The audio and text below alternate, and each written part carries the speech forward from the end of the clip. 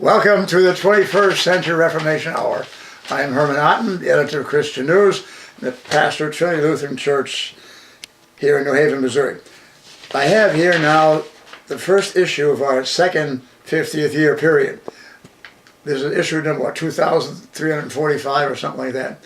Our lead story this week is Creation Museum, a great place to take your family. They were there at Christmas time, my daughter and her family, and they are here with Dr. David Menton. In my estimation, he is one of the greatest geniuses we have in our Lutheran Church. He works there, I call him the brain of the Creation Museum. Our children were fortunate enough to be there with him. He showed them some places and so on.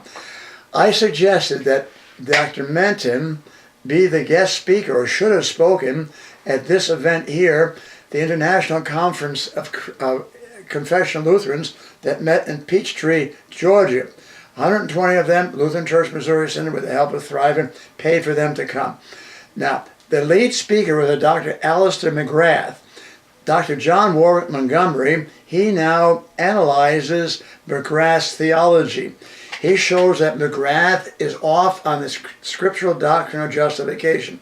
If you followed me previously, I showed you that he promotes evolution, denies inerrancy of the Bible, and his wife is an Anglican priesthood. Now just picture now, on Reformation Day, the Lutheran Church Missouri Synod gets to speak to confessional Lutheran pastors, an Anglican who is a liberal and rejects the scriptural doctrine of justification. It simply does not make sense. Well, Montgomery in this article analyzes McGrath's theology. Now, I had thought that if they could have had Menton speak there, then all those that came from all over the world, supposedly they say represent 20 million Lutherans, they would have an opportunity to visit the Creation Museum. And here we have the report on the Creation Museum, a whole series of pictures of their Christmas exhibits and so on. And it would have been wonderful if these theologians from all over America, all over the world, had seen that Creation Museum, they would have gotten far more out of what they got from McGrath. I call it a typical meet, eat, retreat, and that's it. Meeting that some of our bureaucrats just love to have. They have all the money, but what did they really accomplish? Well, here we have Les Miserables. That's a new movie that's coming out. I saw it, reviewed the book, something about Victor Hugo here.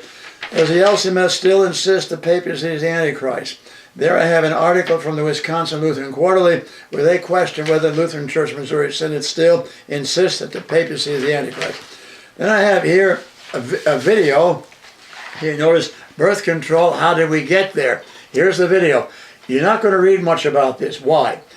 Why won't professors at seminaries and pastors and congregations promote the video? When they only have 2 or 3 children, and sometimes God doesn't bless us with children, but we know many of them today reject what the Lutheran Church Missouri Synod formally taught about birth control. This gives you the whole history of birth control. It shows you that originally all of Christendom opposed birth control. The Bible does. Luther did. Luther strongly did until 1930. Then we had Sangster and these liberals, pro-abortion liberals, then started promoting it. That's all in here. Here, U.S. in deep trouble. Why? Because of the loss of children. Then I have Concordia comments on this book here. Excellent commentary by CPH. The writer affirms the inerrancy of Scripture, vicarious satisfaction. Below that I have over here Time magazine, the cover of Time. President Obama, he is the person of the year, and I have his views on homosexuality and abortion. He's the man that we now designate, Time designates him as Man of the Year. Then over here, well, here a picture of our Sunday school. The last time I was preaching my last Christmas Eve service there. In fact, it's kind of unique here. I have a letter from our district president. Some people are saying, well, no, he didn't really say that you're going to be rebuilt. Here's what he said. Is Trinity still under the threat of being expelled as long as you remain the pastor of the congregation and you remain impenitent of a public sin?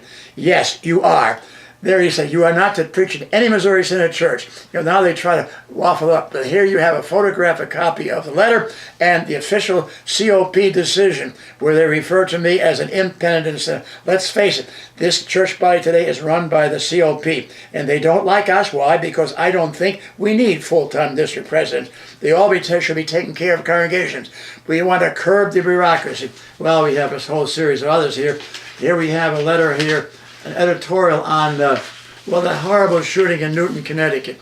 Here we have President Obama with his finger on his eye, tearing. A nation whose heart is heavy with hurt. But does he have a tear for the thousands of human souls aborted legally in our nation today? Well, does he have a tear for them? Obviously, no. Here we have all this abortion. I mentioned that here in my comments on that particular thing. Here McGrath fits in with LCMS great scholars, Bonhoeffer fans. McGrath promoted Bonhoeffer, folks, I know what I'm talking about. Bonhoeffer rejected the physical resurrection of Christ. He said, I demythologize the Bible more than Rudolph Bultmann. And yet today, what happens? He's the big hero in our church. Regarding this situation in Newton, Connecticut, in fact, I just tried to call the president of the Lutheran Church Missouri Synod to find out. I was told that he talked to the pastor who participated, the Missouri Synod pastor, in that unionistic service. I wanted to know, did you tell him not to participate? And now that he has, would any discipline be taken against him for producing that? We have, I think, somewhat similar situation that we had at the time of 9/11, where President Kishner gave Dr. Benke permission to go ahead and participate in that particular service there.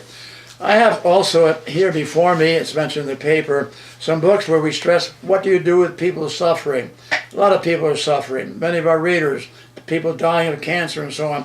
Here, why me? Here, upbeat and for downbeat times. Here also a handbook of consolation. There's a wonderful books when people are suffering and so on. I'm not only an editor sits in some ivory tower, but I have to deal with people all the time, all these 50 years, 55 years. And I know that's why it's so important.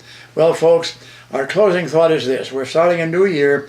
Jesus Christ, the same yesterday, today, and forever. The whole world changes, but Jesus is the same. Because of that, we don't have to grieve or sorrow. We know we will be with him forever. God be with you.